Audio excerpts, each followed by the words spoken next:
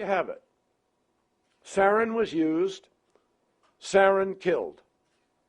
The world can decide whether it was used by the regime which has used chemical weapons before, the regime which had the rockets and the weapons, or whether the opposition secretly went unnoticed into territory they don't control to fire rockets they don't have, containing sarin that they don't possess, to kill their own people, and that without even being noticed, they just dissembled it all and packed up and got out of the center of Damascus, controlled by Assad. Please. This isn't complicated. When we said we know what is true, we meant it. And now, before I head to New York for the UN General Assembly, we have a definitive UN report strengthening the case and solidifying our resolve. Now the test comes. The Security Council must be prepared to act next week.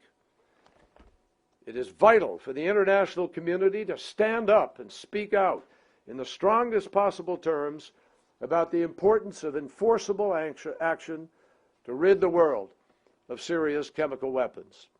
So I would say to the community of nations, time is short. Let's not spend time debating what we already know. Instead, we have to recognize that the world is watching to see whether we can avert military action and achieve through peaceful means even more than what those military strikes promised.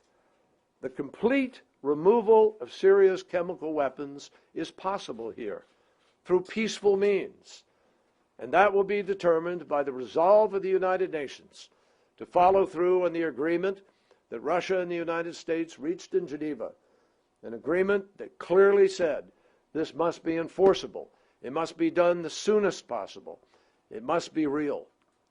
We need everyone's help in order to see that the Security Council lives up to its founding values and passes a binding resolution that codifies the strongest possible mechanism to achieve the goal and to achieve it rapidly.